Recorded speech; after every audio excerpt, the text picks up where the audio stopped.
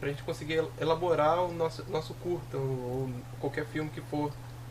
E eu tenho um curso que eu fiz que é de captação de recursos, que eu vou mandar pra vocês, que é um curso de graça. E aí, Lucas, boa tarde. É um curso de graça, tem um certificado de 20 horas que... E aí, Amanda, tudo bom? Boa tarde. Tem um certificado, eu tô falando de um curso que eu fiz, tá? Que é de produção de captação de recursos. Eu vou mandar pra vocês depois no WhatsApp e no... Vou tentar mandar no e-mail também, às vezes eu esqueço de mandar no e-mail, mas vou mandar no WhatsApp com certeza. Que é um curso de captação de recursos, que ele é bem maneiro. Ele é patrocinado pela Ancine, então foi a Ancine que desenvolveu o curso. Ele tem um certificado de 20 horas e o melhor de tudo é que ele é de graça, então é uma boa maneira de introdução à captação de recursos, então vai ajudar vocês. Fazer uma retrospectiva rápida da última aula. Na última aula a gente viu bastante sobre direção de fotografia, que seria sobre como a Prof, gente... ficou mudo. Ficou mudo? Ah, mas aqui tá saindo. Tá mudo pra todo mundo? Aqui tá normal. Você tem duas telas, uma tá muda e a outra tá saindo som. Ah, tá. Não, Ixi, é isso acho que mesmo. sou eu, desculpa. Ah, tá. Então, aí a gente viu a gente viu no último encontro sobre a direção de fotografia. Além da captação de recursos, a gente viu como é que foi, né, Daiane? Nada. A gente viu como é que são feitos os enquadramentos, os movimentos de câmera e os posicionamentos de câmera. Eu mandei um PDF para vocês, acho que esse PDF está bem completo que eu mandei para vocês. Tentei juntar todos de conhecimentos gerais que eu tenho, assim, de cursos que eu já fiz. Eu só esqueci de comentar sobre o traveling. Muita gente associa o traveling igual o dolly, que é aquela aproximação de câmera, né? Só que o traveling normalmente é feito com equipamentos, normalmente é um carrinho, aí bota em cima de um carrinho e faz o movimento. Mas o movimento de câmera é parecido, né? O traveling in é igual o dolly in, a câmera está aproximando, e o traveling out é igual o dolly out, a câmera está se afastando. Então, só para vocês terem essa noção, eu vou apresentar um curta-metragem aqui, se alguém quiser, só o comecinho, tá? Só para eu fazer a decupagem de novo, que eu acho que vai facilitar para vocês. Se alguém quiser recomendar algum outro curta, a gente vê também um minutinho do curta, algo rápido, só para a gente entender como é que funciona. Esse curta aqui eu vi recentemente, ele começa com um J-Cut. O J-Cut é o que acontece. O som vem antes da imagem. O som que é produzido na cena começa antes da imagem ser produzida. Então vocês vão ver que a fala começa antes da imagem. Vamos lá?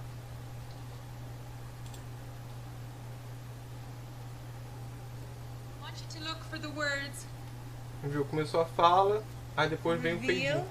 Aqui a gente tem o movimento de câmera, que é um truck. A câmera está indo para o lado. Ele está fazendo um truck com uma panorâmica, tá? Então a câmera está indo para o lado e então está girando no eixo. Aqui temos um primeiro plano das pessoas. É um plano conjunto, que tem várias pessoas. Agora já é um plano médio. O primeiro plano, de novo. Plano médio. Aqui já é um 3/4, tá? Um plano 3/4 e aqui é um plano frontal. Um plano inteiro.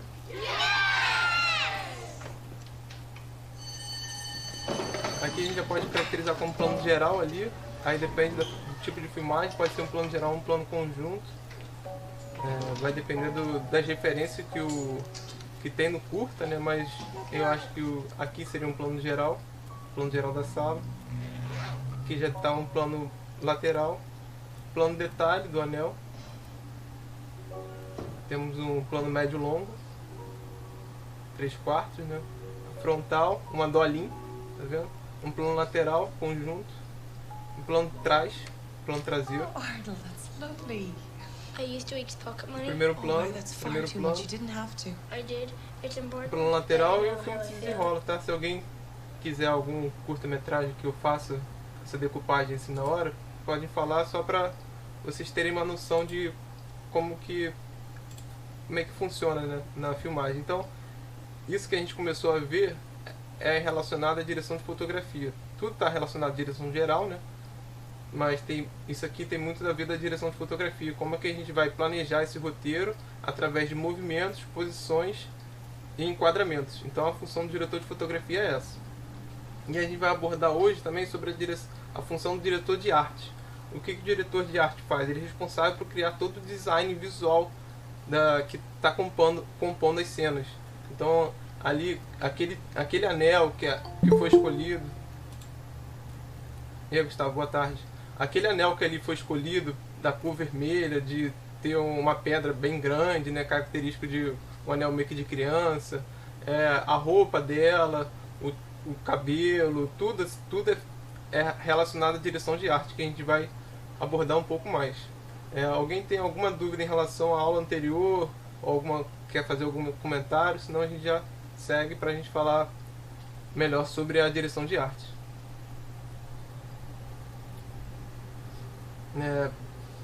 Vamos lá então. A direção de arte, todo filme é meio que composto por uma equipe grande ou uma equipe pequena, né? Pode ser a nossa equipe, nosso filme. Em muitos dos casos vai ser só uma pessoa, né? Vai ser a pessoa fazendo tudo. Mas tem equipes gigantes de filmes e que cada pessoa é responsável por um setor. Então temos meio que um diretor geral organizando tudo, todos os setores. Temos um diretor de fotografia organizando o setor dele de fotografia, um diretor de arte organizando o setor dele de arte. E a gente vai começar pela direção de arte, depois a gente retoma pela direção de fotografia. Então, primeiro os requisitos da pessoa que é de direção de arte, ela tem que ter habilidades manuais e artesanais, habilidades com desenhos. Então ela tem que saber desenhar. Ela pode fazer o storyboard. O Gustavo chegou a perguntar isso outro dia. Então, o diretor de arte que é responsável pelo planejamento ou pelo desenho do storyboard. Então, o storyboard o que é? Você pegar aquele roteiro e transformar em cenazinhas. Aí, tipo, para se fazer o storyboard já tem que ter a decupagem para a pessoa que for desenhar já agrupar algumas seleções, alguns movimentos de câmera, alguns enquadramentos. Então ele meio que vai direcionar com setas, com ações, tá? E o storyboard é como se fosse vários quadrinhos, assim, compondo cada plano, cada cena.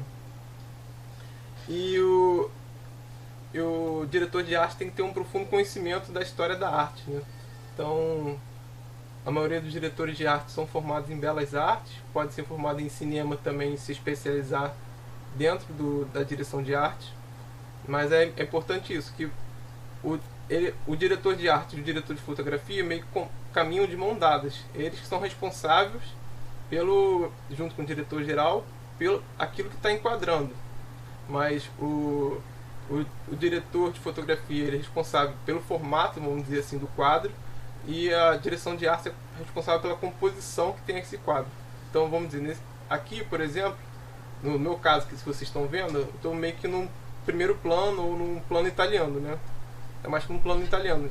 Aí quem foi responsável por escolher esse plano italiano, por escolher como é que está a composição da luz e todas as coisas, é o diretor de fotografia. Aí quem foi responsável por escolher como é que está a minha camisa, se vai ter aquele ar-condicionado ali atrás, se a cortina é branca, se o lençol da cama é azul, aí é o direção de arte, tá? Mas eles estão sempre caminhando juntos, então é sempre uma função que os dois têm que estar sempre em comunicação. E aí vamos para a equipe de arte de uma produção maior, né? Primeiro tem o cenotécnico, que ele é responsável pela construção dos cenários. Então ele meio que vai fazer as plantas, pode fazer desenhos dos cenários, maquetes. Então tem um profissional responsável só para a elaboração dos cenários, para a imaginação de como vai ser determinado cenário. Temos o assistente de arte, que é responsável por realizar as pesquisas, e aí ajuda diretamente o diretor de arte na tomada de decisões. Temos o produtor de objetos, que o produtor de objetos vai comprar todos os objetos, ou alugar, ou ele que vai ser responsável por todos aqueles objetos que estão em cena. A gente vai falar um pouco mais depois como é que é feita essa escolha de objetos, tá? Temos o contra-regra de cena, que o contra-regra de cena é responsável por botar esses objetos em cena. Então o produtor de objetos vai comprar, vai ver onde consegue esses objetos para compor essa cena, e o contra-regra vai botar esses objetos em cena. Vocês podem pensar, pô, precisa de 2 pessoas para isso? Mas imagina uma produção gigantesca, como, sei lá, os Vingadores, ou Grande Hotel Budapeste, que tem muitos objetos, tem várias coisas que uma pessoa só não seria responsável. E isso aqui eu tô falando, às vezes, tipo assim, eu tô falando Minha Mãe é uma Peça. Minha Mãe é uma Peça com certeza teve um contra-regra e um produtor de objetos. E assim, às vezes vai ter 2 produtores de objetos, vai ter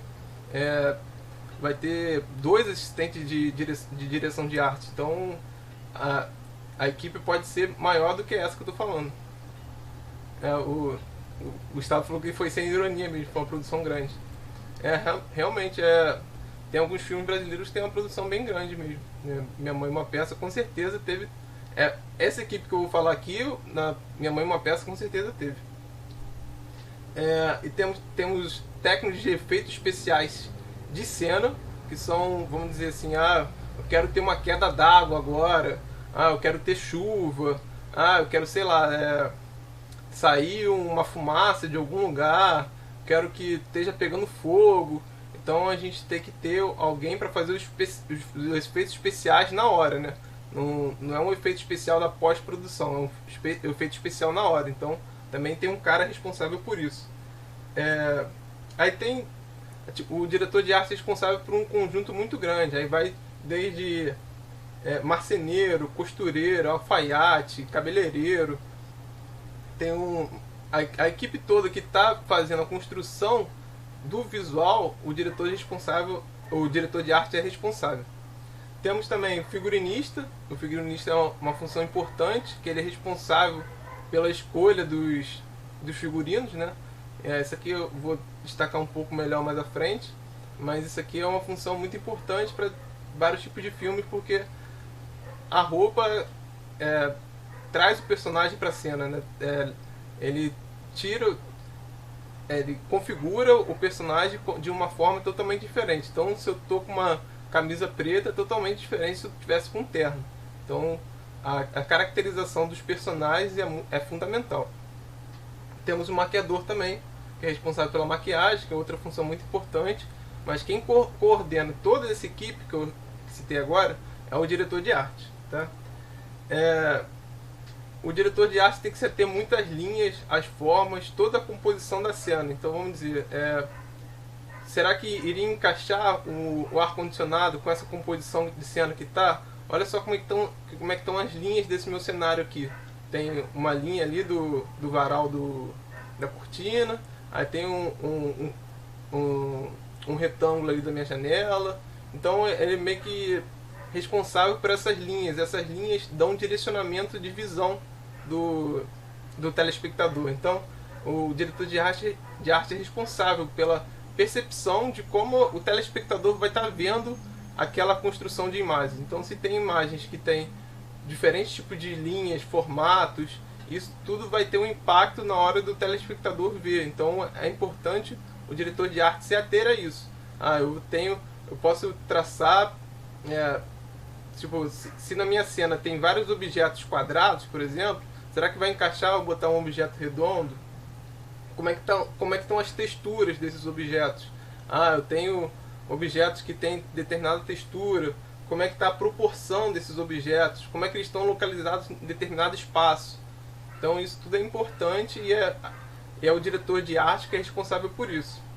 E o diretor de arte sempre está meio que, vamos dizer, subordinado ao diretor geral, né? Se o diretor de arte falar, não, essa composição aqui seria melhor se a gente enquadrasse o Marcelo na direita, em vez de botar no centro, porque vai encaixar melhor com a janela, que é formato, sei lá, vai ter alguma coisa assim que vai encaixar melhor. O diretor geral fala, não, vai ser no meio, e vai ser no meio. O diretor geral dá liberdade para o diretor de arte e para toda a equipe, de forma com que eles coloquem ou não as suas ideias em práticas, né? E assim, sempre quando eu estou isso eu já falei algumas vezes na criação de roteiro, tudo é a partir de referências, né? Então um diretor de arte sempre vai trabalhar com muitas referências. E essas referências não vão só ser tipo, referências de filmes, né? Como no roteiro eu peguei muitas referências de filme. O diretor de arte, ele vai ter muito mais além da referência de filme. Por isso que é muito bom o conhecimento da história da arte. Essa é a principal função do diretor de arte, porque ele vai ter mais referências na hora de compor o seu filme. Porque aí eu sempre dou o exemplo do Hitchcock, do Psicose, né? Aquela imagem lá o hotel que é usado no filme é referência a uma pintura de um artista plástico. E isso aí vai se refletir em várias formas, né? Tem um momento no filme do Psicose que eu esqueci o nome do assassino, do protagonista lá. Mas tem uma hora que ele tira um quadro para espiar o quarto do lado, né?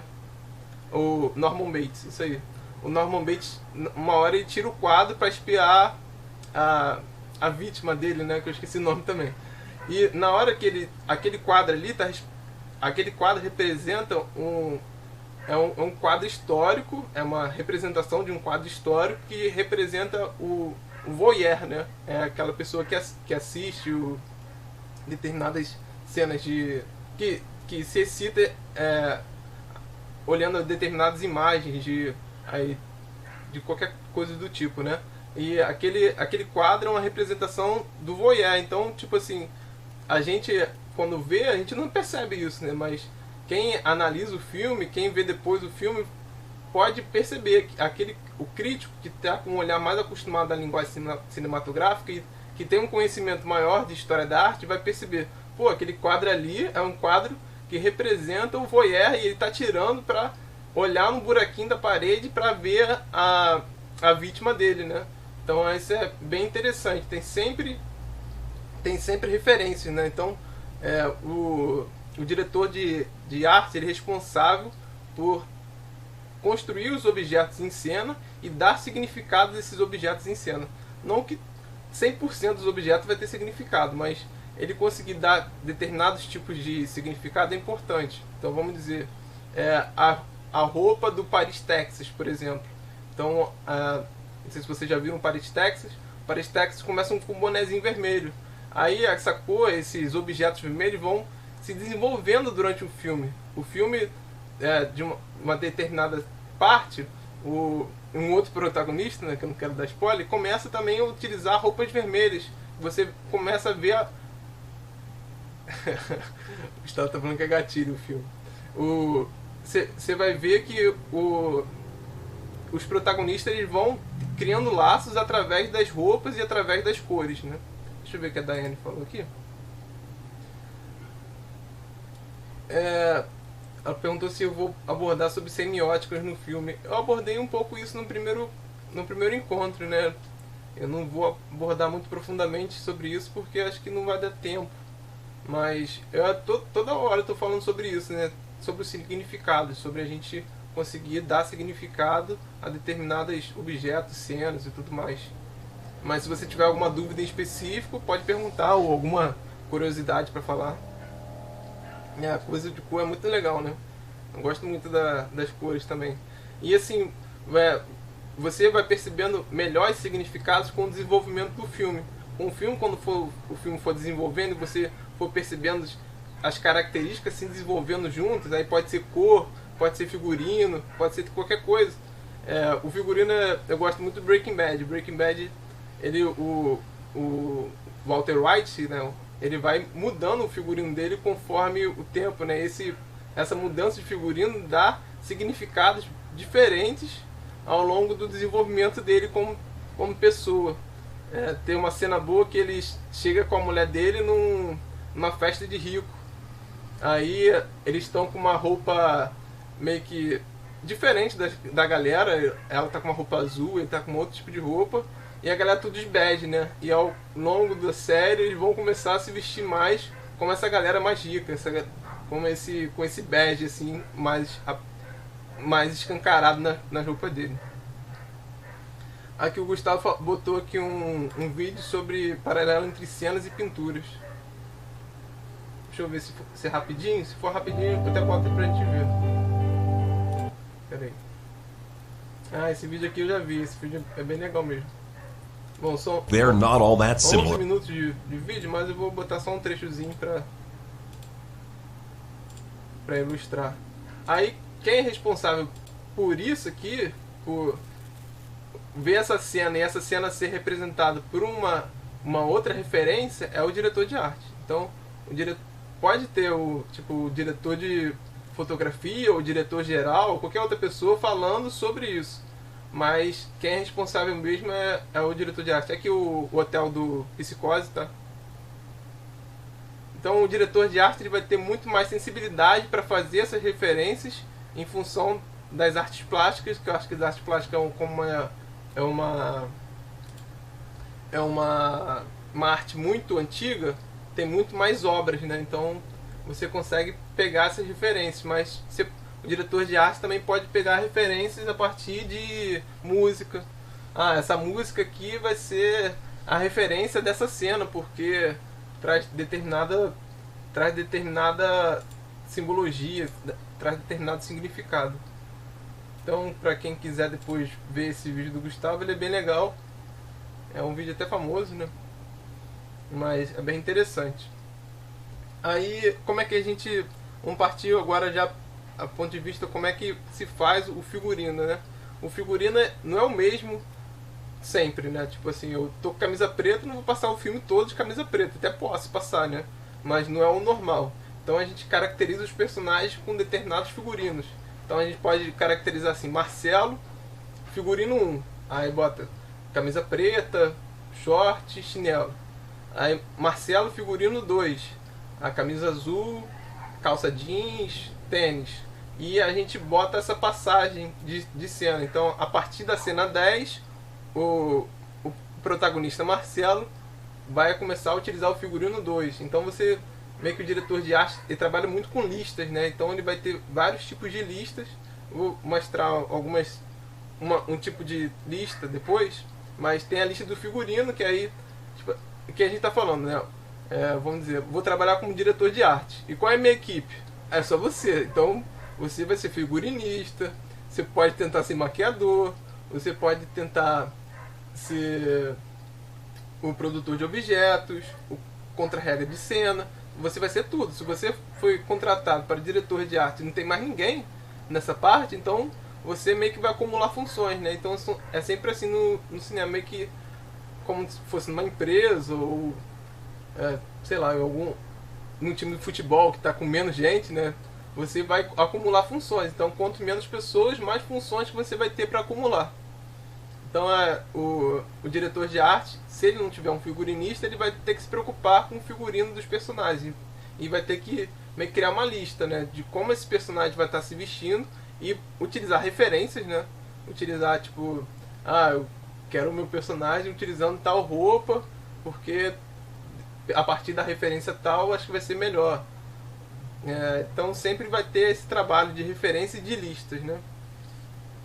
E o diretor de arte ele é responsável por criar uma unidade do filme. Sempre dialogado com o diretor. Sempre com o diretor. O diretor meio que... Ele que assina as decisões, né? Ele tem muitas decisões, mas ele também assina muitas decisões. Então, tipo, se o diretor de arte determinar tal coisa, o diretor geral vai ter que assinar, vai ter que concordar com essa coisa, ou não, né? Ou vai falar, ou retirar isso. Então o diretor de arte é responsável por criar uma unidade cena a cena durante o filme. Então eu já dei o exemplo de Paris, Texas. Você vê que o Paris, Texas tem uma unidade artística o filme inteiro. O Grande Hotel Budapeste tem uma unidade artística o filme inteiro. Projeto Flora, todos os filmes bons assim, você vai ver que tem uma unidade ali artística, que cena a cena essas unidades ela é construída e ela meio que se mantém meio que em desenvolvimento, ela meio que não muda, assim, sabe? Então Matrix tem uma direção de arte determinada, que vai, cena a cena, ela vai se evoluindo, se construindo, tá? Então ela se desenvolve. O diretor de arte também é responsável pelas locações, né? Ele que é o principal responsável pelos locais que vai ser gravado os filmes. Então, ele pode também fazer as pesquisas das locações, o produtor também pode ajudar nessa pesquisa, mas quem é o principal responsável pelas locações é o diretor de arte, porque ele vai ver se naquela locação é plausível o filme, né? Se o filme funciona em determinada locação. Então ele vai fazer pesquisas, né? E a partir dessas pesquisas vai fazer visitas nesses locais e vai ver se esse local é um local adequado ou não. Aí, tendo esse local, aí vai o diretor de fotografia, vai o diretor geral, pode ir também ator, tá? Então essa visita é coordenada com várias pessoas da equipe, mas o responsável por ela é o diretor de arte. E o diretor de arte ele pode fazer uma pesquisa de campo ou uma pesquisa de referência, né? Uma pesquisa de campo seria o quê? Eu quero fazer um filme sobre os moradores de rua. Então eu posso pegar o ônibus e ir até o centro da cidade, no Rio de Janeiro, e olhar como é que é a rotina desses moradores de rua. Ou quero, sei lá, fazer um filme que vai abordar sobre um padeiro. Então eu posso ir lá dentro de uma padaria e ver como é que é a rotina de um padeiro, como é que o padeiro se veste, como é que quais são os objetos que o padeiro usa, né? No filme Que Horas Ela Volta, eles usam muito o quarto da empregada, né? É cheio de necessaire, coisinhas pequenas assim, que é característico de pessoas que trabalham para gente mais rica e ganham de presente, né? Coisas que essas pessoas mais ricas ou ganharam ou fizeram ou tiveram tipo, foi meio que um brinde ou teve um custo baixo e dão para essa empregada, né? Então o quarto dela é cheio de coisas de característico de empregada, né? Então isso pode ocorrer em qualquer filme. Vou fazer um filme sobre um açougueiro, então eu posso fazer a pesquisa de campo, ir lá no açougue, ver qual a rotina desses açougueiros, ver se eles têm alguma característica, sei lá, todo açougueiro usa bigode, ou todo não, né, mas a maioria do açougueiro usa bigode. Então a gente pode ter essa pesquisa de campo para dar maiores referências. E a gente tem uma pesquisa de referência, que são pesquisas que a gente pode fazer dentro de livros, online, né? E é isso, sempre tentando criar uma identidade visual para o filme. O filme ele vai partir de um princípio que ele tem uma identidade visual, tá? Deixa eu só passar minha internet aqui pro 4G, porque ela tá falhando pra caramba. Pera aí.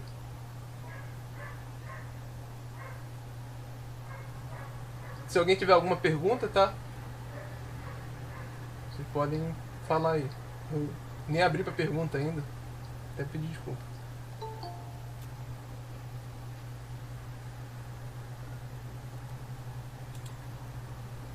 E aí, Raíssa, tudo bom? Boa tarde.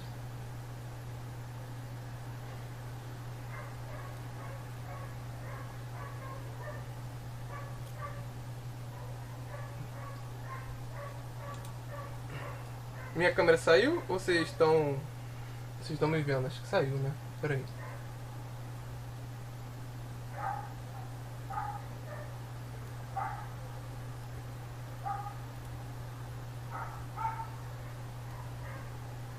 Voltou minha câmera aí pra vocês? Tá travando bastante, né? Deixa eu botar aqui no... Deixa eu botar aqui no meu 4G. A minha internet é terrível.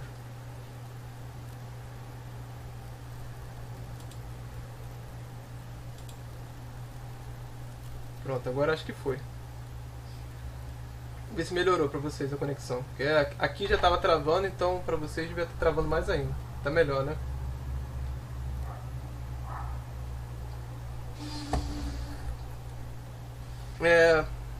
Vamos lá. Eu tô falando sobre direção de arte, tá, Raíssa? Você que entrou agora. Aí a gente vai criar uma paleta de cores, né? Com essa identidade visual. A partir dessa identidade visual que a gente cria, a gente está criando também uma paleta de cores. E essa paleta de cores representa também significados, né? no filme Chinatown, por exemplo, a paleta de cores é muito quente. Ele quer representar a falta d'água, o clima quente, seco. Então ele vai ter uma paleta de cores mais quente. Então, determinados filmes vai trazer determinadas paletas de cores para trazer determinados significados, tá? Então, o diretor de arte também é responsável por essa paleta de cores. E o que o diretor de arte vai fazer? Ele vai fazer uma decupagem, assim como tem uma decupagem da fotografia, como a gente viu no último encontro, também tem uma decupagem da direção de arte. Aí você pode fazer a decupagem da direção de arte dentro do roteiro, ou criando uma tabela para ela. A direção dependendo do filme, você não vai conseguir fazer dentro do roteiro, tá? Porque a direção de arte vai ocupar mais espaço, né? Vai ter mais coisas a ser escrito. Ela pode ser determinada em... Deixa eu ver aqui que o Gustavo falou. Igual todo filme na América Latina, que estereoticamente tem cores quentes, e filmes na Rússia sempre são cores frias e mortas, exatamente, para trazer a noção do clima, né? Se eu tenho cores mais frias, eu posso trazer climas mais frios, né? E cores mais quentes, climas mais quentes. É o básico, né? Mas isso aí vai se mexer sempre muito com... A paleta de cores sempre vai mudar, né? De filme para filme. 3 Anúncios para um Crime, por exemplo, utiliza bastante o vermelho, né? Que traz aquele sensação de algo que tá emergente para acontecer, ou uma sensação de uma violência que houve, né? Então tem sempre o vermelho nos filmes do Scorsese, exatamente. A Daiane falou, a cor do México em relação aos Estados Unidos, sempre aquela cor, como se o céu azul não existisse lá. Os cenários, né, sempre quando botam um filme do Oriente Médio, por exemplo, são os cenários assim que parece que passou uma guerra ali, né? Tá sempre em guerra ali. Não é sempre assim, né? Tipo, tem cenários muito bonitos, né? Então, sempre quando tem um filme hollywoodiano no Irã, sei lá, ou em qualquer outro lugar, sempre é aquela coisa de praxe dos cenários ser parecendo um deserto, assim, ou algo com as casas quebradas, né? E é só o que o diretor de arte quer criar de identidade visual, né? Então, voltando lá, como é que o diretor de arte vai decupar esse roteiro? Então ele vai pegar o roteiro, igual na direção de fotografia, ele vai separar em planos, né? Então, nesse plano aqui vai ter tal coisa, nesse outro plano aqui vai ter tal coisa. Só que na direção de fotografia seriam os enquadramentos, movimentos de câmera e posicionamento. Na direção de arte vai ter outras coisas, vai ser a cenografia, são os objetos que estão no cenário, mas são objetos que estão ali no cenário, não tem como mudar. Tipo, minha janela. O ar-condicionado até tem como mudar, mas é difícil, né, tirar o ar-condicionado. Então o ar-condicionado é cenografia. A minha mesa não tem como. Minha mesa até é aquelas mesas que são planejadas, né? Então não tem nem como tirar a minha mesa. Então o que vai fazer parte da cenografia são objetos que estão em cena e que não tem como a gente meio que tirar eles de cena, né? Essa é a cenografia. E tem objetos de cena. E são os objetos mesmo. A caneta, por exemplo, que eu estou usando. Sei lá, a capinha do meu celular que está aqui. Então são todos os objetos que estão sendo usados em cena que a gente acrescenta, né? Que é o produtor de objetos que vai correr atrás. Temos as artes gráficas também. As artes gráficas podem ser... E aí, Éder, tudo bom? Boa tarde. A gente tá falando sobre direção de arte, tá bom, Éder? E aí? Tá bom, obrigado, boa tarde. Eu tô falando que, como a gente viu na decupagem da fotografia, que a gente decupa em enquadramentos, ângulos e posicionamento de câmera, também a gente tem a decupagem da direção de arte, que é uma decupagem que a gente vai botar os objetos em cena, né? Que a gente vai ter o visual, né? A direção de fotografia, ela meio que enquadra, vê o posicionamento e vê os movimentos que estão tendo. A direção de arte vai ver o que está sendo mostrado, né? Quais são os visuais que estão aparecendo. Então tem a cenografia, que são os objetos do cenário, mas são objetos do cenário que não tem como mudar, como minha janela, meu ar-condicionado, a minha mesa que é embutida. E temos objetos de cena, que são objetos que a gente introduz no cenário, como uma caneta, uma xícara de café, um prato, um óculos. Temos as artes gráficas.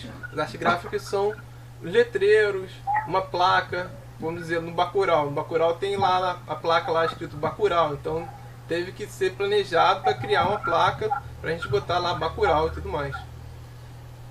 Temos os efeitos também. Os efeitos, eu já até falei um pouco anteriormente, mas como se fosse uma queda d'água, são efeitos que vão aparecer em cena, não efeitos de pós-produção, mas uma queda d'água, uma fumaça, um fogo, qualquer efeito de cena que a gente vai ter. Temos também o personagem e o figurino, então a gente vai ter que escrever como é que esse personagem e o figurino deles estão em cena. Temos veículos e animais também, então se a gente vai ter algum veículo, algum animal em cena, a gente tem que botar ali também. Temos a maquiagem, então determinado tipo de maquiagem, acho que é talvez a área que eu menos entendo, mas quero ter uma maquiagem com cores mais quentes para representar tal coisa. Eu quero maquiagem borrada para representar que aquela atriz estava mal. Eu quero uma maquiagem para representar que aquele cara tomou um soco no olho. Então a gente tem também esse visual da maquiagem, tá? Ed, eu vou desligar o teu microfone, quando tu quiser, só tu ligar, tá? Eu desligo. Tá. Quando quiser perguntar, só ligar para que a gente fala. E a gente pode botar observações também, notas assim, né, dentro dessa decupagem. Então a decupagem é cenografia, que são objetos fixos em cena, que não tem como mudar, que já está nas locações. Então quando a gente vai naquela locação, a gente já sabe que tem uma janela, ou que tem uma mesa fixa. Temos objetos em cena, que vai ser correspondente ao produtor de objetos, que vai buscar esses objetos. Temos as artes gráficas, que são letreiros, placas e tudo mais. Temos os efeitos, são efeitos de cena, não são efeitos de pós-produção, são efeitos de cena, como chuva, fumaça, fogo. Temos os personagens e figurinos, aí temos, o personagem tal vai estar com figurino tal. Aí é importante, a gente, como eu falei, fazer a lista de figurinos antes, pra gente saber, tipo, o personagem, o Marcelo, vai estar com figurino 1 nessa cena. O Marcelo vai estar com figurino 2, porque a gente já estabeleceu que o figurino 1 do Marcelo é a camisa preta com short, e o figurino 2 é a camisa social com jeans. A gente vai ter veículos e animais, aí tem que ter um cachorro nessa cena, vai ter que ter um veículo passando, e vai ter a maquiagem também. A Daiane perguntou, como se estabelece os padrões mais subjetivos, professor? E sobre os objetos fixos, acontece de mudança na hora ou tudo é programado? Em relação a estabelecer padrões mais subjetivos, é questão de entendimento da linguagem cinematográfica. Acho que quanto mais a pessoa vai estudando a linguagem, quanto mais aquela equipe entende de linguagem cinematográfica, mais subjetividade a gente consegue dar, né? Mais significado a gente consegue dar a essas coisas. Por exemplo, Tarkovsky, ele consegue dar muita subjetividade, muito significado às coisas. Bergman, por exemplo, também. Então, são pessoas que têm linguagem cinematográfica aprofundadas e eles querem dar essa subjetividade, né? Não que um outro diretor não consiga fazer o que o Tarkovsky e o Bergman fazem, mas eles, é de uma maneira diferente, sabe? Então eles acrescentam subjetividade tendo uma linguagem cinematográfica profunda. Esses caras já fizeram vários outros filmes, já treinaram, já sabem como é que conhece os aspectos técnicos, né? Então eles conseguem dar subjetividade com vamos dizer, uma pessoa que perdeu um ente, está com uma camisa vermelha, chorando numa cama preta, sei lá, algo do tipo, tá? Só dei um exemplo aqui, besta, né? Mas só para você entender. E os objetos físicos é tudo programado antes, porque não tem como a gente conseguir na hora, porque tá tudo em locações, né? Então vamos dizer, eu tô na Barra da Zona Oeste, aqui no Rio de Janeiro, e a gente vai gravar na Zona Norte. Então eu chego lá na Zona Norte e faltou, sei lá, o barbeador do cara pra fazer. Tipo, o cara tinha que ter um gilete lá na hora pra fazer. Então, se não foi programado isso, tu vai perder 40 minutos de filmagem, 40 minutos do dia, vai ter uma perda lá, sei lá, se for botar monetária assim, sei lá, de 2, 5 mil, dependendo da gravação, até muito mais, porque esqueceu de um gilete, não foi programado aquele gilete. Então, todos esses objetos físicos são programados. Não, pode acontecer mudanças na hora, o diretor geral ele pode chegar na hora e falar, não, vamos comprar um gilete agora, que esse cara agora tem que fazer a barba.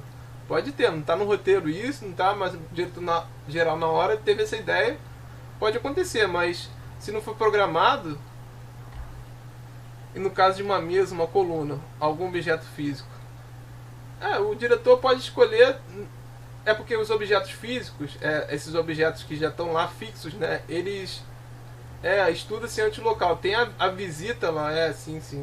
Eles vão lá antes no local ver. Então tem essa visita. Uma semana antes, as pessoas estão indo lá no local visitar. E quem é responsável por escolher esse local é o diretor de arte. Aí quando esse diretor de arte escolhe, vai todos os principais da equipe lá, né? O diretor geral, o diretor de fotografia. Aí pode ir o maquinista também, se tiver alguma coisa para fazer. O eletricista. Aí vai depender da demanda que surge para o local, né? Mas eles sempre vão lá ver antes. Então, pelo menos assim, se for num curta-metragem, vai uma semana antes para se programar, né? Então, o diretor de artes e o diretor de fotografia tem esse trabalho de pré-filmagem também. Não é só ali na hora de filmar. Então, o diretor de artes e fotografia, eles leem o roteiro 2, 3, 4, 5 vezes, tá? Daí vão se programando a partir desse roteiro. Entendeu mais ou menos? Conseguiu entender? Beleza.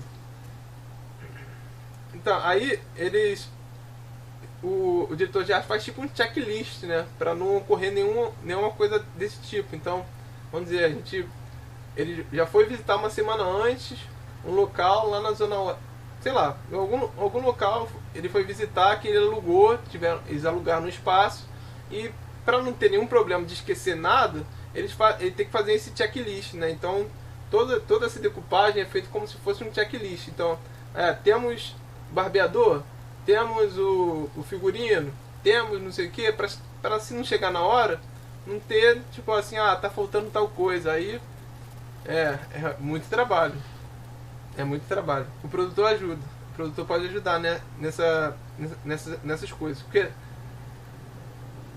assim, vamos dizer, um filme pequeno, o produtor, ele vai virar produtor de objetos também, né? Ele pode virar figurinista, ele pode virar maquiador, né? Então, quando a gente tem uma equipe baixa, assim, a gente acumula funções, né? Então vai depender de como a equipe foi planejada e como está sendo feita a ordenação do projeto. Não é papel do produtor isso não. O produtor ele vai captar recursos para esse filme ser produzido. Então, é o que a gente viu na aula passada. Então, a gente tem um roteiro. Então, como é que a gente vai fazer para esse roteiro virar filme? Não é só a gente sair gravando, né? Tipo, vou chamar uns amigos meus aí pra gente fazer esse roteiro. A gente vai precisar captar recursos, né? Então, esse produtor é responsável por captar recursos. O produtor executivo ele é responsável por ajudar na produção, na execução, né? Então tem essa diferença. De que maneira ele capta esse recurso? Através normalmente de leis e editais, né? Eu falei isso na aula passada e não consegui gravar, infelizmente, mas eu vou mandar para vocês um curso, que é um curso grátis, tá? Que vai elucidar bem essa questão, mas é basicamente através de duas coisas, através de leis.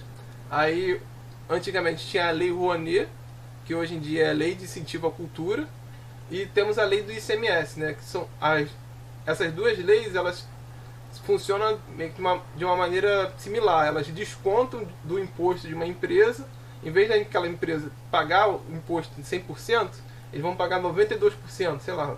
Agora eu não lembro qual é a taxa, mas eles vão pagar uma taxa inferior e vão destinar determinado recurso para uma produção de cultura, no caso do audiovisual. Então, em vez daquela, vamos dizer, sei lá, Petrobras, quando aparece assim, patrocínio Petrobras, é porque eles tiraram parte da imposto de renda deles para destinar a essa produção cinematográfica, no caso, né?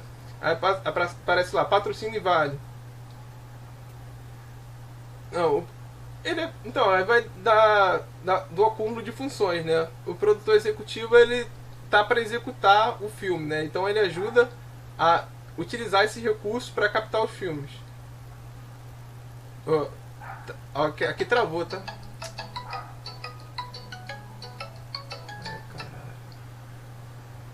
Foi mal, galera? Alguém travou. Alguém tava me ligando, foi mal. Alguém me ligou aqui rapidinho, eu tive que cancelar a ligação.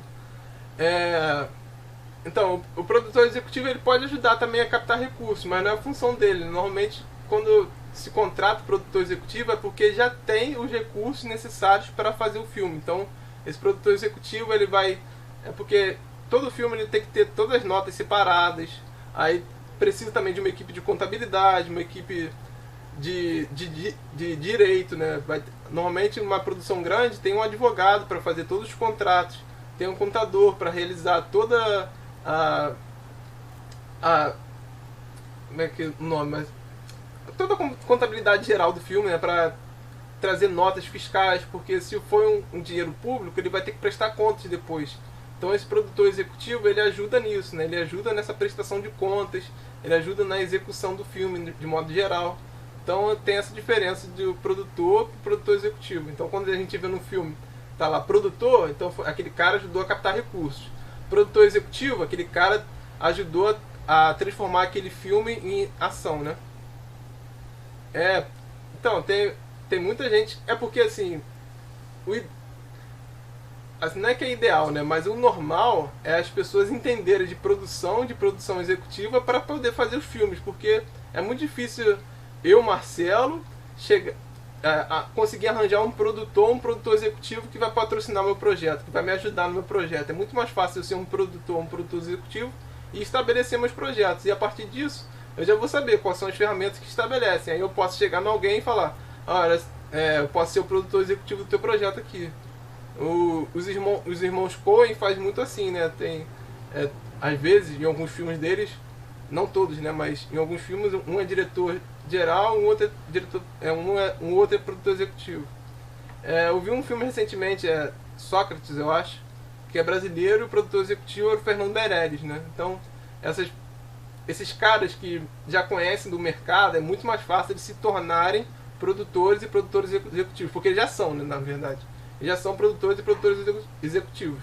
Então é muito mais fácil eles olharem um projeto, verem que aquele projeto tem chance de dar certo e virarem produtor e produtor executivo daquele projeto, porque é muito menos trabalho do que uma direção geral, por exemplo. Tá, consegui explicar um pouco? Deixa eu ver aqui onde que eu estava.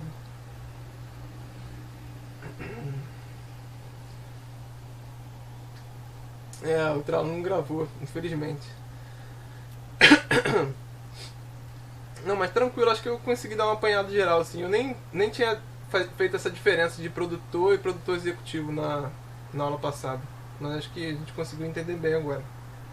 Vamos lá, a questão do figurino. O figurino é bom a gente imaginar esse personagem no mundo real. É como eu já tinha falado.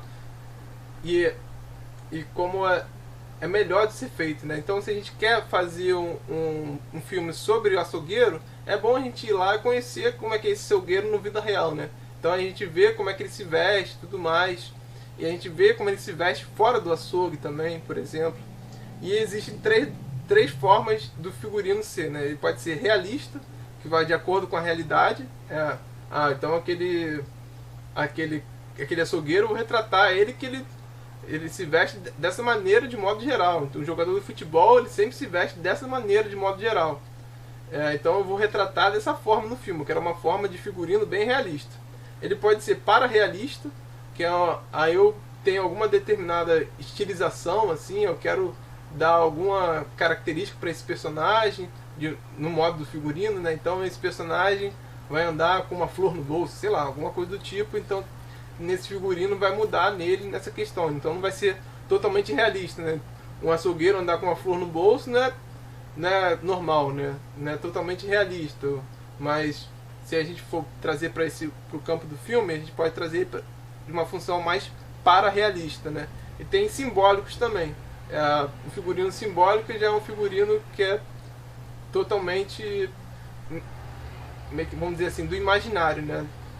Da criação, é totalmente mais estilizado, né? Tem toda uma estilização própria para o filme. E a gente pode pegar alguns exemplos como o Grande Hotel Budapeste, né? Tem praticamente todos os figurinos lá são estilizados de uma maneira. Deixa eu só tirar uma mensagem aqui que está no meu celular, rapidinho. Tá, vamos lá. Entenderam a direção de arte? Conseguiram captar bem como é que é e tudo mais? Porque senão a gente já vai para direção de fotografia. Alguém tem alguma dúvida em relação à direção de arte?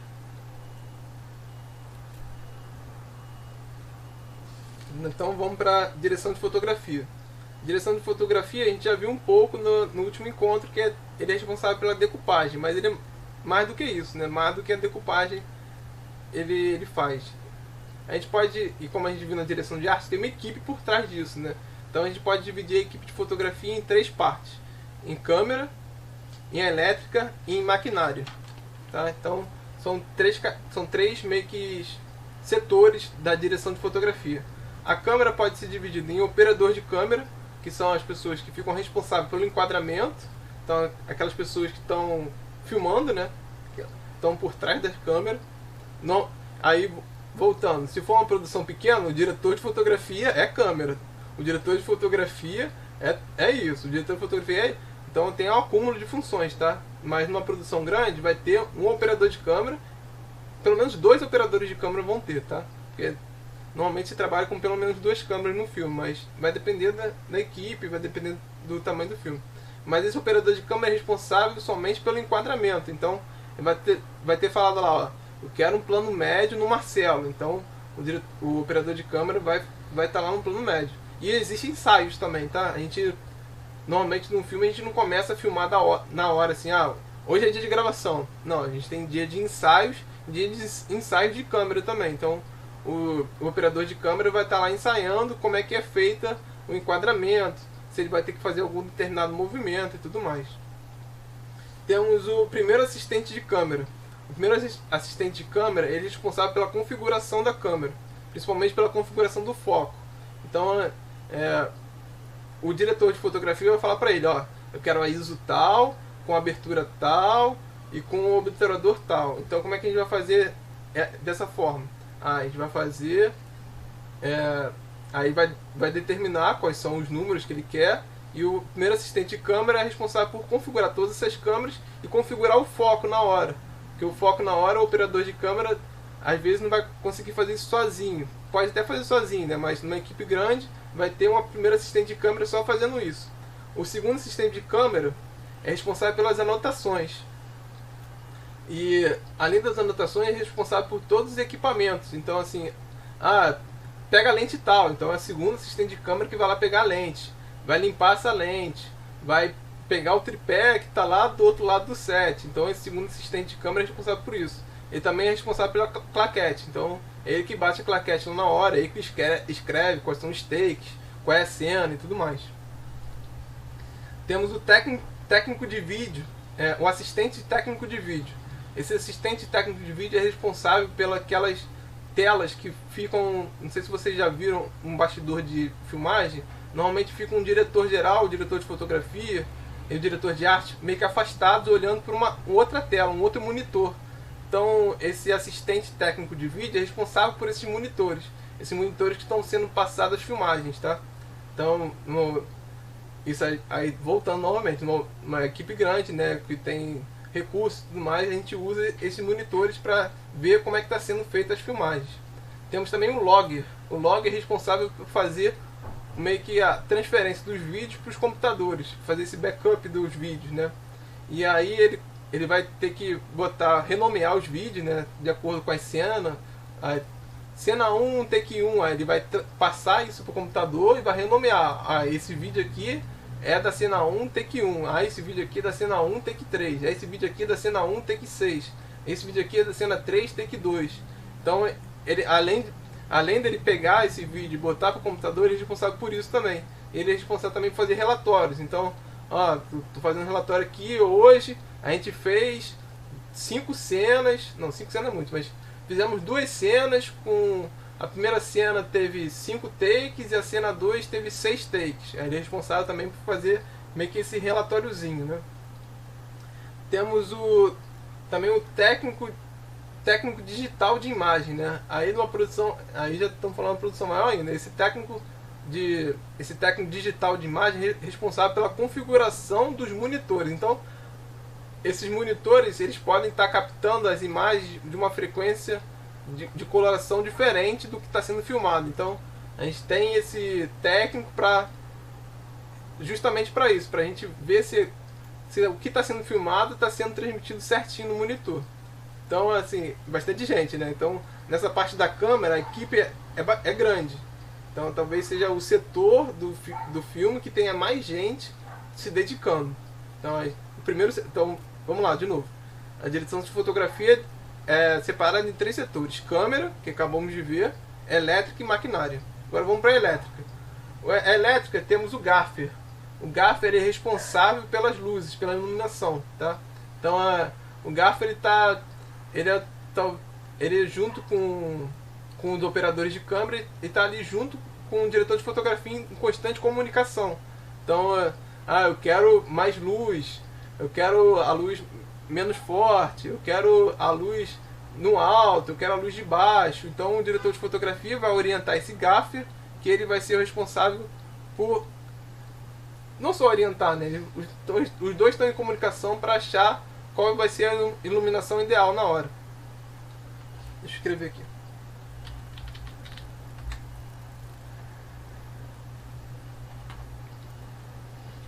Temos também o chefe da elétrica. Aí esse chefe da elétrica é responsável pelo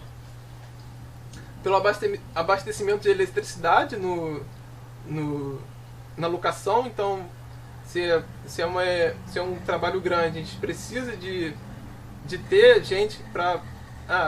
tem vários tipos de tomadas aqui, eu tenho vários equipamentos tecnológicos, eletrônicos, e eu preciso ter segurança para esses equipamentos estarem funcionando. Tem muitas luzes aqui.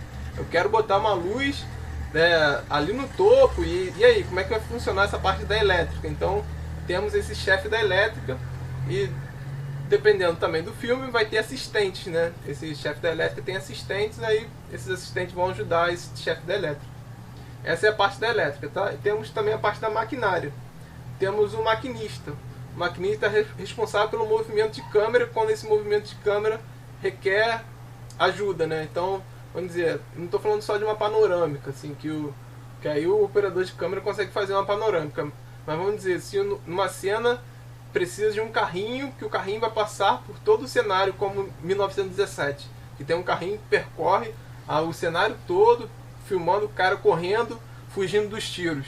Então precisa de uma pessoa responsável por isso. Então o maquinista é responsável por isso. O maquinista pode ter um trabalho também mais manual, só de orientação para o operador de câmera. Então, não sei se você já tem uma cena famosa do La La Land, que é ele fazendo um movimento de chicote, né, da câmera. A câmera indo e voltando nos dois protagonistas muito rápido. Aí tem um bastidor, né, que mostra o maquinista tocando assim atrás do operador de câmera. Aí pode ser o assistente de câmera ou o maquinista, mas o maquinista é responsável pelo movimento de câmera. Então a função dele é essa. Pode ter sido outra pessoa, mas a função dele é fazer essa ajuda no movimento de câmera. E esse maquinista também pode ter assistente, né? Então temos dentro da maquinária um maquinista e assistente dessa pessoa. Conseguiram entender esses 3 setores? E esses 3 setores estão sempre em comunicação e tem uma supervisão do diretor de fotografia. Então, o diretor de fotografia coordena toda essa equipe, então toda essa equipe sendo coordenada pelo diretor de fotografia. É difícil visualizar com a fala, né? Mas imagina assim, pra a gente criar um filme grande, ele tem uma equipe muito grande. O orçamento de um filme é algo assim gigantesco. Um filme pequeno no Brasil é por baixo 5 milhões de reais. Então a gente tem toda uma equipe ali coordenando como se fosse um time de futebol, e todo mundo está em prol de alguma coisa, e todo mundo tem uma função específica. Pode parecer meio que desorganizado, tem muita gente, mas não. Todo mundo está tendo uma função específica, e para aquela função específica eu tenho meio que um trabalhador, né? Eu tenho tipo meio que uma pessoa especializada naquela função. É muita gente, falei bastante gente assim, né? Mas só para vocês terem uma visão geral. E assim, é bom, como a gente está fazendo uma produção nossa, né? Uma produção, cada um vai fazer uma coisa, é bom para vocês terem uma noção. Pô, tem a função do gaffer aqui. Essa função do gaffer é o quê? É olhar a luz. Então eu tenho uma importância, se tem uma pessoa responsável pela luz, então a luz é uma questão importante no filme. Então eu vou me ater, quando eu for fazer a filmagem, à luz. Porque se existe um profissional dentro de um filme para fazer só essa questão de colocação de luz, então a luz é muito importante. Então se eu tenho um figurinista dentro de um filme, só para fazer os figurinos, só para pensar nos figurinos, então, eu tenho que também pensar nos figurinos que vão compor o meu filme. Se eu tenho uma, sei lá, aí vai qualquer função que eu listei agora atrás, vocês podem pensar de alguma maneira que vocês podem potencializar no filme de vocês. Então eu quis trazer isso aqui para vocês entenderem que uma equipe de um filme é uma equipe grande, tá?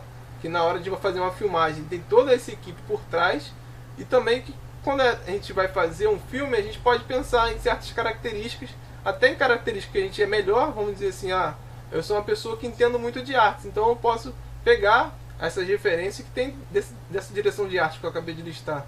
Eu posso ser esse produtor de objetos, eu entendo bem de composição visual, então eu posso estabelecer que essa caneta aqui vai funcionar nessa cena. Essa xícara aqui vai funcionar melhor nessa cena. A Daiane perguntou se vai disponibilizar algum documento com essas considerações. Eu posso criar, posso fazer. Não estava pensando nisso não, mas eu faço igual do que eu fiz separando da decupagem da fotografia. Eu posso separar a equipe de um filme, separar cada função, né, da equipe. Realmente eu falei muito rápido assim para pegar isso aqui em 1h10, né? Uma hora, né? Que a gente está aqui falando, é meio que difícil de entender realmente, de pegar todas as coisas. Vou disponibilizar para vocês. Essa semana tá corrida para mim pra caramba, então eu vou tentar até final de semana eu faço isso para vocês. Acho que hoje não vai ter como, mas essa semana eu faço isso para vocês, tá? Alguém tem alguma dúvida em relação à direção de fotografia ou em relação à direção de arte também? Porque aí a gente vai aprofundar um pouco mais na direção de fotografia agora, a gente vai pro lado da câmera, né? Como é que a gente opera a câmera. Se alguém tiver alguma dúvida.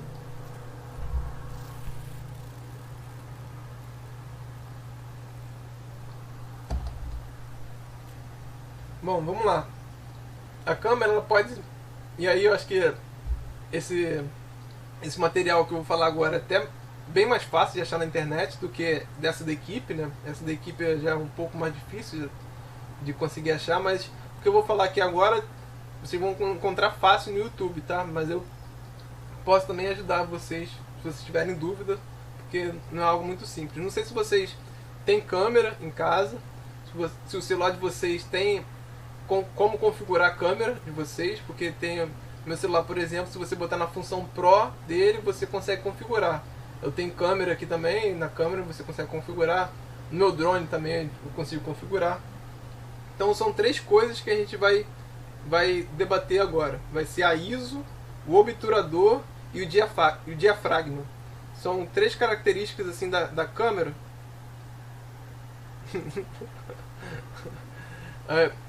O Gustavo falou para eu fornecer a câmera, mas eu falei no último encontro, e como não foi gravado eu vou repetir,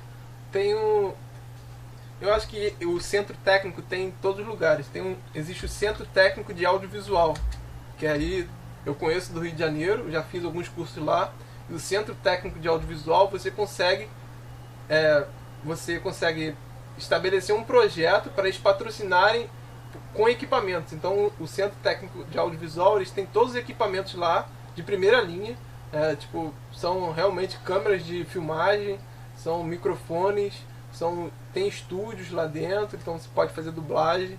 Então se vocês forem fazer um outro projeto depois, que vocês veem que esse projeto dá para fazer que ele tem, vamos dizer assim, que ele tem não recursos, que ele é bom, né? Que ele tem capacidade para ser um ótimo potencial, exatamente. Se ele quer um projeto que tem potencial, inscreve ele para o CTAV. Não é muito difícil escrever ele. Vocês vão fazer aquele estilo de projeto que eu mostrei já. Vão criar o roteiro, a apresentação, resumo, objetivos, justificativas, personagens, tudo certinho. Vocês vão mandar para eles e não é muito difícil conseguir, tá? Então é algo que vocês podem no futuro pedirem e até fazerem curso lá também. Não sei como é que está funcionando agora. O curso que eu fiz lá foi presencial. Até um curso que eu consegui por lá, ele tá paralisado por conta da pandemia. Então não sei como é que está o funcionamento dele para conseguir os equipamentos, conseguir esse patrocínio dos equipamentos. Mas é uma tentativa, é algo que assim vocês podem buscar. Não sei como é que funciona fora do Rio de Janeiro, se em todos os lugares tem CTAV, mas no Rio de Janeiro existe o Centro Técnico Audiovisual, fica perto do centro do Rio, tá? Então é um lugar bem bacana até para visitar, assim, para conhecer equipamentos.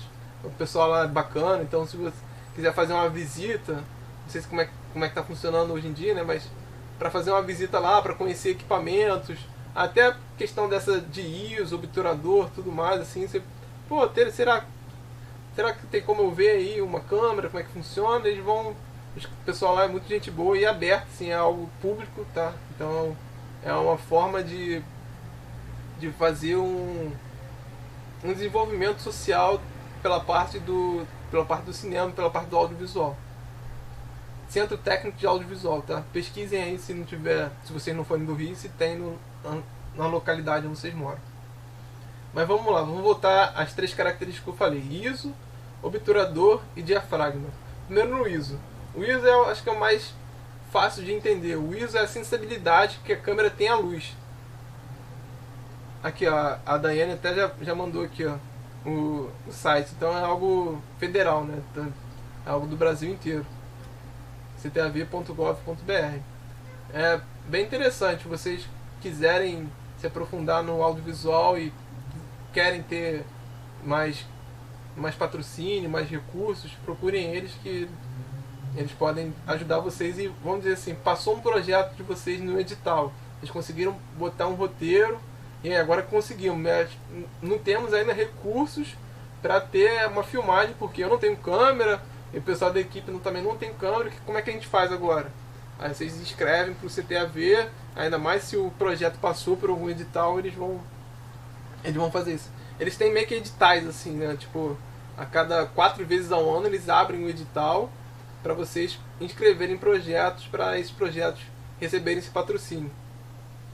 Mas vamos lá, a gente viu que o cinema é uma fotografia, né? São fotografias uma do lado da outra. Então o que a gente vai ver agora é a questão da fotografia, como a gente utiliza a câmera para fotografar e, no caso, filmar, né? Então a primeira coisa é o ISO. O ISO é a sensibilidade que a câmera tem. Então, quando você for na configurações, você vai... Normalmente é um dos primeiros que aparece é o ISO, né? Aí, quanto maior você botar o seu ISO, aí o seu ISO pode ser 100, 200, 300, 400, 500, 600, 12 mil, 13 mil. Vai depender da câmera, de quanto ela consegue. Quanto maior, mais sensível, mais luz ela está captando. Então, vamos dizer, se eu boto uma ISO aqui de 10 mil nessa minha filmagem, a filmada vai ficar aquela coisa toda branca, assim, tá? Sabe? Toda meio que borrada de branco, assim, a gente não consegue nem me enxergar direito. Então a ISO e essas 3 coisas, elas estão correlacionadas juntas, tá? Então a gente vai ver isso quando eu terminar as 3, a gente vai ver como que se correlaciona as 3.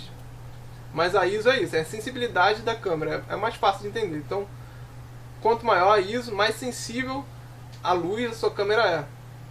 Então, uma ISO de 10 mil é muito mais sensível que uma ISO de 400, tá? E as câmeras também possuem ISO nativo. O que é um ISO nativo? É quando aquela câmera capta melhor em determinado ISO. Então aí você vai ter que ver quando você compra a câmera. Aí normalmente a câmera tem 1 ou 2 ISOs, ou até... Eu nunca vi câmera com 3 ISOs, mas pode ter câmera com 3 ISOs nativos, né? Aí chama de ISO nativo quando você tem aquela melhor qualidade de sensibilidade da sua luz. Então, uma câmera com ISO nativo 400, ela vai captar melhor quando estiver no ISO 400, tá? Aí vai depender da câmera que a pessoa tem. Aí temos o obturador, que normalmente é mais chamado de shutter. Vou escrever aqui. nas câmeras estão assim, tá? ISO pode ser chamado de sensibilidade, mas nas câmeras tá escrito ISO, ISO, e no obturador está escrito ISO, shutter. Só para voltar, que eu esqueci de falar, antigamente as câmeras só possuíam um tipo de ISO, tá? Então aquelas câmeras que eram de rolo de filme, então o rolo de filme tinha um ISO natural, né? Tinha um ISO nativo que você não conseguia mudar. Hoje em dia, com a câmera digital, a gente consegue mudar esse ISO. Aí vamos lá para o obturador. O que é o obturador? O obturador é como se fosse... Como a câmera consegue... Como a câmera é exposta à luz, né? Então, todas as três tem... A gente está trabalhando com a luz, tá? Todas as três têm função com a luz, então todas as três estão correlacionadas. Então, se eu aumentar o shutter, eu posso diminuir a ISO para conseguir uma igualdade, tá? Então, vamos lá. O shutter é o ângulo ou a velocidade que essa luz é exposta dentro da câmera. Antigamente, a câmera também possuía um padrão. O padrão é de 180 graus. A câmera tinha um obturador exposto só metade dela. Então, metade da câmera tinha exposição a essa luz. Então, todas as câmeras eram feitas em 180 graus. E vocês podem perceber que os filmes mais antigos eles são um pouco mais escuros. A gente até se acostumou a isso. A gente vê cinema com coisa mais escura, assim, meio que o cinema meio que foi se adaptando a isso, e até hoje em dia, quando a gente vai fazer uma coloração, às vezes até a gente tira um pouco da luz, aumenta o preto e diminui o branco, por exemplo, pra gente ter essa linha. O Eder perguntou, característica do cinema francês azul escuro? Cara, bem específica essa pergunta, não sei. Não sei se eu nunca ouvi sobre isso, mas se você quiser dar algum exemplo de filmes que tem esse azul escuro do cinema francês, agora realmente eu não sei se é característica do... Mas antigamente os filmes eram mais escuros por conta disso, porque... Entendi. Pode ser alguma característica ali do cinema, algo local assim, que eles filmam uma coisa mais escura em azul, né? Mas nunca me atentei a isso. Mas vamos lá. Então a gente pode ver o obturador em ângulos, aí 360 graus, que é o obturador completo, 180 graus, aí 90 graus, 45 graus, mas só que nas câmeras, nas configurações, não está mais assim, tá em velocidade. Aí a gente vai ver sempre ele em frações. Em alguns casos não está em frações, mas a maioria é em fração. 1/50, 1/24, 1/100, 1/2. Vou até escrever aqui, é assim, ó, como se fosse assim.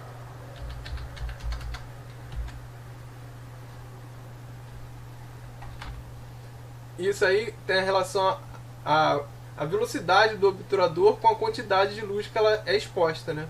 Então, quanto mais rápida, menos velocidade de luz a gente está conseguindo, né? Menos quantidade de luz que a gente está conseguindo.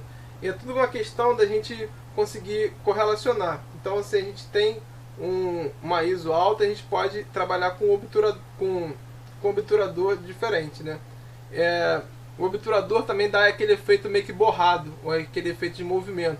Então, se a gente utilizar uma velocidade baixa, a gente vai estar utilizando o obturador que vai ficar meio que borrado. Algumas sensações, vocês já podem ter visto filmes ou algumas coisas do tipo, vamos dizer, um carro, ou alguma pessoa correndo, ou um ventilador, a gente não consegue captar aquelas imagens certinhas assim, sabe? Fica meio que uma parada meio que quebrada assim, paradona, né?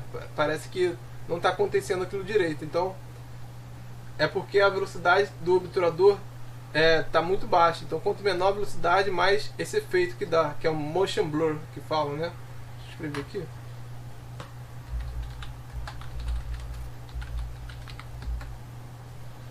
Eu vou dar um exemplo que vai ficar mais claro isso para vocês, tá? Então, a gente primeiro viu a ISO, depois vimos o obturador, e agora a gente vai ver o diafragma, que nas câmeras pode estar escrito assim, aperture. Tá? O diafragma é como se fosse um olho, né? Ele pode abrir e fechar como se fosse uma íris, né, do olho. Ele abre e fecha, né? Então ele permite uma entrada maior de luz e uma entrada menor de luz. E essa abertura maior ou menor, ela são com números inteiros, tá? Então, apesar que eles podem estar um ponto alguma coisa, mas né, em forma de frações, nem da ISO são números grandes, né? A ISO sempre está começando pelo menos com 100. Então, o aberture, o diafragma dele é 1.4, deixa eu escrever aqui, 1.4, 2, aí vai assim, 4, 6, 16, 22, e vai indo, vai dependendo da câmera, e aí a gente vai ver a profundidade. Quanto maior o diafragma, quanto maior for essa abertura, mais profundidade a gente consegue ter de campo, né? Então é como se fosse assim, algo relacionado parecido com foco, né? Então se eu tenho uma abertura grande aqui de diafragma, eu consigo ver o cenário inteiro. Mas se eu tenho uma abertura pequena de diafragma, vocês iam conseguir só me ver. A profundidade de campo ia estar bem desfocada, exatamente. Como se fosse isso que o Éder fez, né? Como se a gente estivesse focando assim, né? Mas é diferente do foco, tá? Pode falar. Não, isso aí é uma coisa que fez eu lembrar. Quando eu era mandinho, me ensinavam a ir a museu e olhar alguns quadros de pintura fazendo justamente assim, que se via de alguma outra forma. Você olha assim, né? E de repente é isso, porque tu diminui. Sim. A visão, tu setoriza melhor o quadro, né? Eu acho que é uma maneira da gente fazer esse 1.4, fazer o diafragma manual para observar a pintura, né? Exatamente. A gente está mudando o diafragma, a gente está mudando a profundidade de campo que você está tendo, né? Então, em vez de você estar vendo o cenário todo, né, você vai estar focando naquele quadro ali. Então, você vai ter uma profundidade de campo menor e vai estar um foco maior dentro daquele quadro. Então, a gente vai ter que trabalhar sempre. Tipo, vocês podem botar a câmera no automático, tá? Aí, no automático, a câmera vai automaticamente fazer os ajustes de ISO, obturador e diafragma, mas é interessante vocês entenderem os conceitos e conseguirem trabalhar com esses conceitos para conseguir ir operando a câmera no manual, né? Então vocês, a partir disso, vocês conseguem, além de filmar, conseguir tirar umas fotos melhores, né? Vai conseguir tipo brincar um pouco com a câmera. Eu quero fazer um movimento de tal jeito. Eu quero fazer outras coisas. Então isso é importante. Mas se vocês sentirem dificuldade, botem no automático, não tem problema. Ainda mais nesse primeiro filme, tá?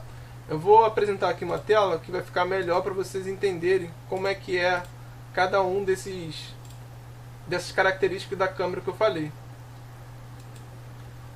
Aqui que vocês estão vendo são as aberturas, tá? Os apertures, que é o diafragma. Tá? Aqui que eu falei é o obturador, o shutter.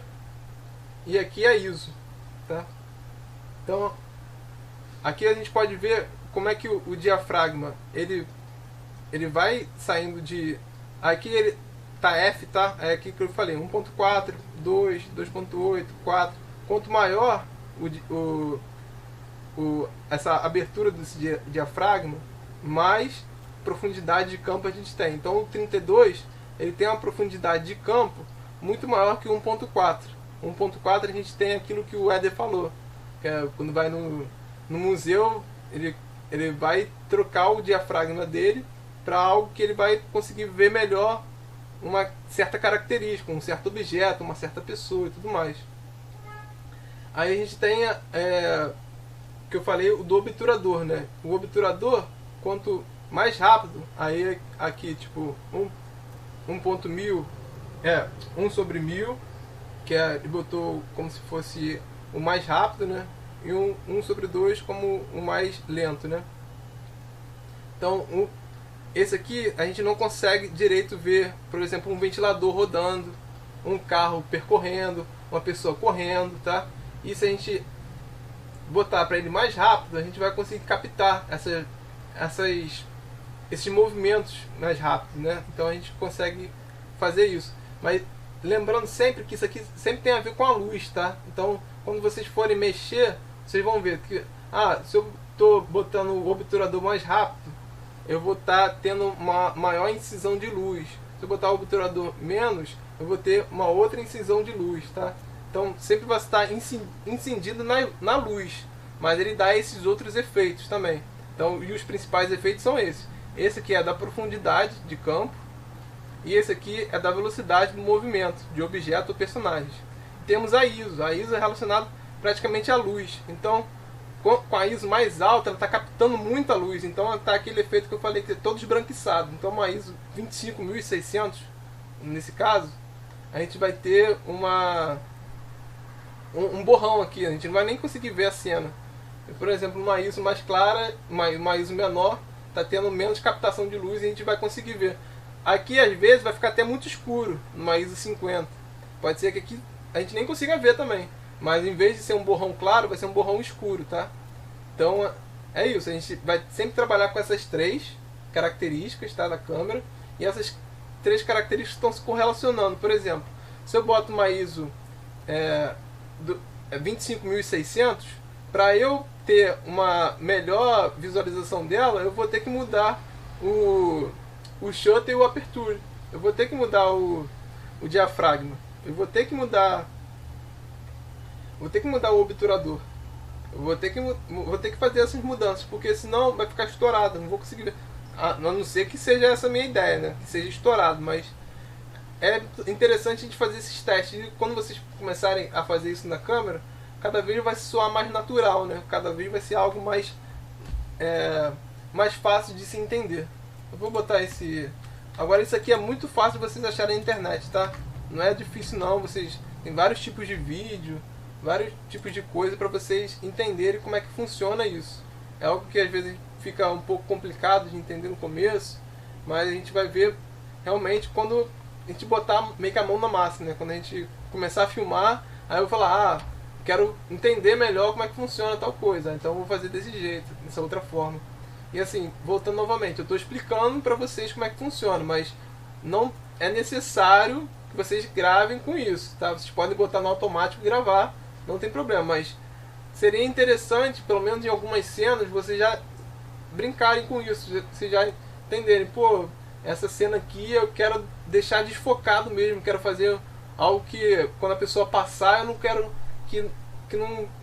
não quero transparecer da realidade, tá? Eu quero transparecer quando a pessoa passa e aconteça alguma coisa.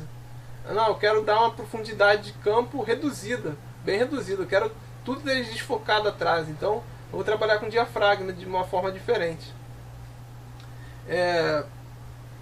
Aí existe meio que uma lei da reciprocidade, né? Que é, como todo mundo está trabalhando com aumento e diminuição da quantidade de luz, vê que você vai ser algo recíproco, né? Então, se eu estou aumentando o ISO, eu posso diminuir o obturador para ter uma determinada estabilização de imagem. Então tudo vai ser meio que recíproco, tá? E tem algo que vocês podem ver depois, eles falam muito de stop. Um stop, ou falam assim, mais um stop ou menos um stop. Isso está relacionado a todos e tem relação a tipo, ir de um para outro, sabe? Tipo, de 1 para 1.4 é um stop, de 1.4 para 2 é outro stop. Em relação ao diafragma, em relação a ISO, ir de 200 para 400 é um stop, e de 400 para 800 é outro stop, tá? É sempre essa troca. Normalmente tem a ver com dobro, tá? Com dobro ou metade. Então eu quero dobrar uma parada, eu falo um stop. Mas isso aí é mais uma nomenclatura assim que é só de termos técnicos assim, tá? Isso aqui é só para vocês terem o básico, tá? Isso aí é bem básico assim e vocês vão entender melhor depois. Alguém tem alguma dúvida em relação a isso? Não, eu já passo para a luz para a gente encerrar o nosso encontro hoje.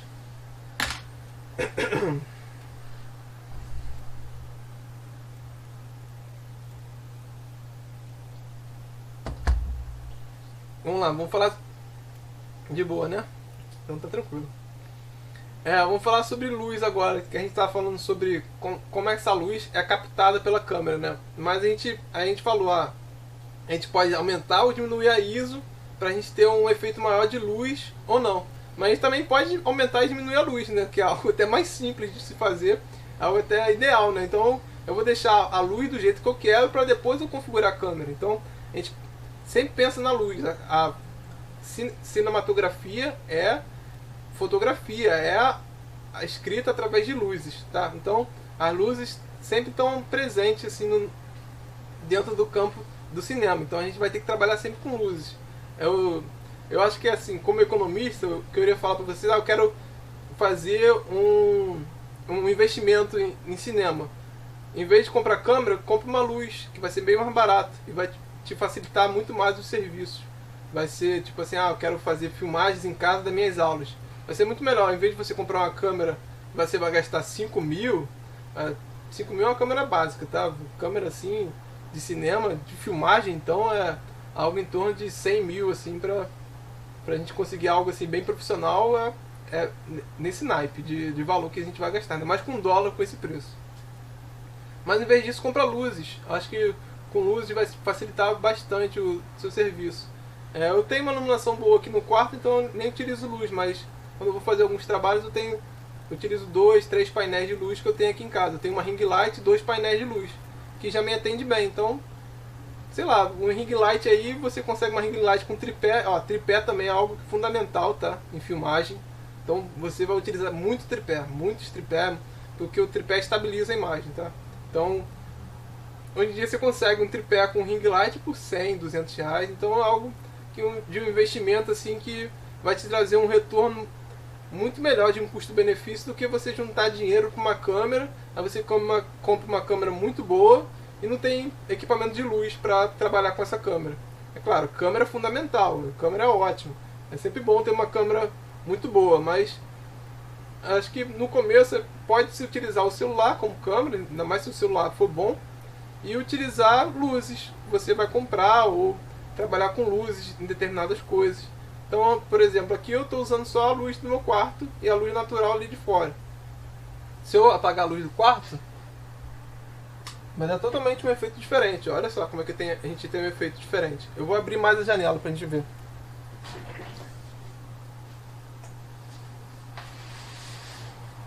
Então, eu estou permitindo uma entrada maior de luz no meu celular agora aqui. Então, eu já tenho totalmente um trabalho, tenho totalmente uma visão diferente de como eu estava antes. E assim, é importante vocês não deixarem como está aqui, a luz vindo de encontro à câmera. É bom a luz estar indo ao oposto da câmera, tá? Deixa eu pegar aqui rapidamente. Espera aí.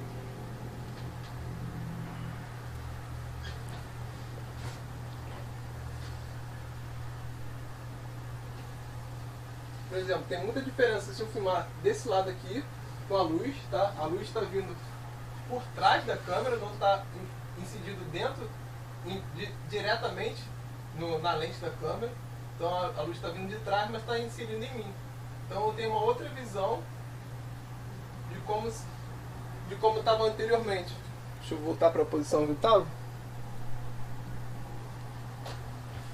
Eu saí de perto do microfone, nem sei se vocês conseguiram me ouvir. Deu para ouvir essa última coisa que eu falei? Nem sei se... Sim. Deu para ouvir. Eu saí de perto da... Eu esqueci que a câmera não está no celular. Mas é importante vocês saberem isso, que a luz é fundamental. Então quando a gente vai compor nossa imagem, nosso visual de imagem, é importante ter noção de como a gente está trabalhando essa luz. Então, por exemplo, agora eu tirei a minha luz aqui de cima, que eu tenho, e botei só a luz de trás de mim. E é totalmente diferente se eu posicionar a minha câmera dessa forma, que está aqui, de encontro à luz, ou ela oposta, ou ela de lado à luz, tá? Então, assim, uma dica que eu dou, não deixa a câmera incidindo de frente para a luz, porque vai incidir muita luz dentro da sua câmera. Aí você, se não tiver outra forma, aí você vai ter que trabalhar com a ISO, né? Aí você vai ter que diminuir a sua ISO, vai ter que diminuir o seu obturador, determinadas outras coisas da sua câmera. Tá? Então, sempre se atente a isso. A luz é muito importante. E hoje em dia a gente tem luzes baratas, assim, a gente tem luzes de RGB, que são aquelas luzes que tem todas as cores, né? Então você consegue botar um cenário azul, um cenário vermelho, e não precisa mudar só na pós-produção isso, né? Você consegue botar esse efeito de luz na produção e fica bem bonito, né? Fica algo bem bem legal, ainda mais se você quiser algo que venha de uma luz assim surgindo e tudo mais. Deixa eu desligar minha luz. Deixa eu ligar a luz aqui. Então a diferença que deu, ó. E a câmera agora tem muita luz entrando na câmera aqui agora. O que eu deveria fazer é diminuir a ISO, por exemplo. Ou, sei lá, diminuir o diafragma.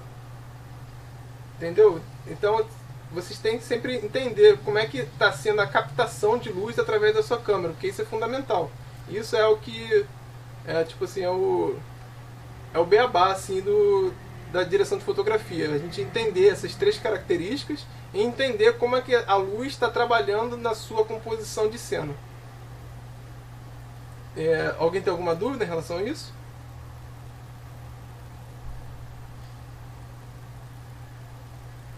Eu pensei que hoje até foi rápido, 5h40.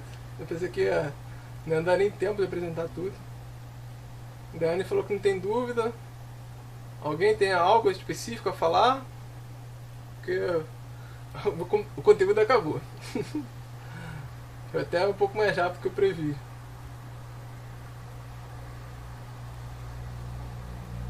Se alguém tiver alguma dúvida, fale aí, senão a gente vai encerrar um pouquinho mais cedo hoje. Hoje está sendo gravado, deixa eu até confirmar aqui. Eu acho que hoje foi tudo certinho, então não tem nenhum problema, vai estar lá no YouTube. E olha só, é algo importante que eu tenho que falar, eu ia até falar no começo, mas esqueci. A gente já está falando na parte da filmagem aqui, então vocês que estão trabalhando no roteiro, o que eu ia aconselhar é vocês ou compactar esse roteiro para ter algo já para filmar, tira algumas partes, já finaliza ele e já começa a gravação dele, porque semana que vem já vai começar na edição de vídeo. Então seria interessante vocês já terem o material filmado para vocês, na casa de vocês já conseguirem começar a editar esses vídeos, porque senão acho que vai ficar muita coisa para o fim do curso. A gente já passamos da metade do curso, nosso curso vai se encerrar dia 7, até dia 7 eu tenho que receber os livros, eu tenho que receber os filmes para dar os certificados para quem completou o curso. Então quem não tiver me enviado os vídeos, me enviado os filmes, eu não vou conseguir emitir o certificado. Então até para informar para quem normalmente não vem no acompanhamento de projeto, isso, tá? Então até dia 7 vocês têm que me enviar o filme finalizado.